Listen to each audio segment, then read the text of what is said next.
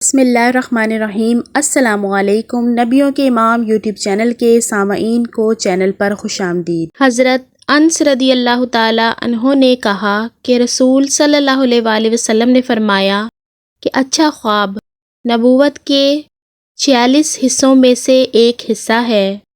اسی طرح ایک اور روایت میں ہے کہ حضور صلی اللہ علیہ وآلہ وسلم نے فرمایا کہ اچھا خواب خدا تعالیٰ کی طرف سے ہے اور برا خواب شیطان کی جانب سے ہے۔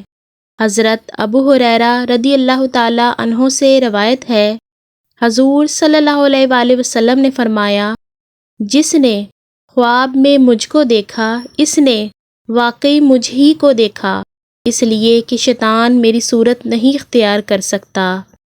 حضرت جابر رضی اللہ تعالیٰ عنہ نے کہا کہ نبی کریم صلی اللہ علیہ وآلہ وسلم کی خدمت میں ایک شخص نے حاضر ہو کر عرض کیا، یا رسول اللہ صلی اللہ علیہ وآلہ وسلم، میں نے خواب میں دیکھا کہ گویا میرا سر کاٹ ڈالا گیا ہے۔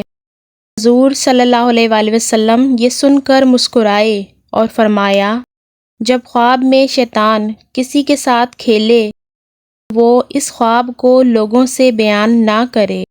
حضرت جابر رضی اللہ تعالی عنہ نے کہا کہ حضور صلی اللہ علیہ وآلہ وسلم نے فرمایا کہ تم میں سے جو کوئی برا خواب دیکھے تو اس کو چاہیے کہ بائیں جانب 3 بار تھوک دے اور 3 بار شیطان سے خدا تعالیٰ کی پناہ مانگے اور جس کروٹ پر پہلے تھا اسے بدل دے۔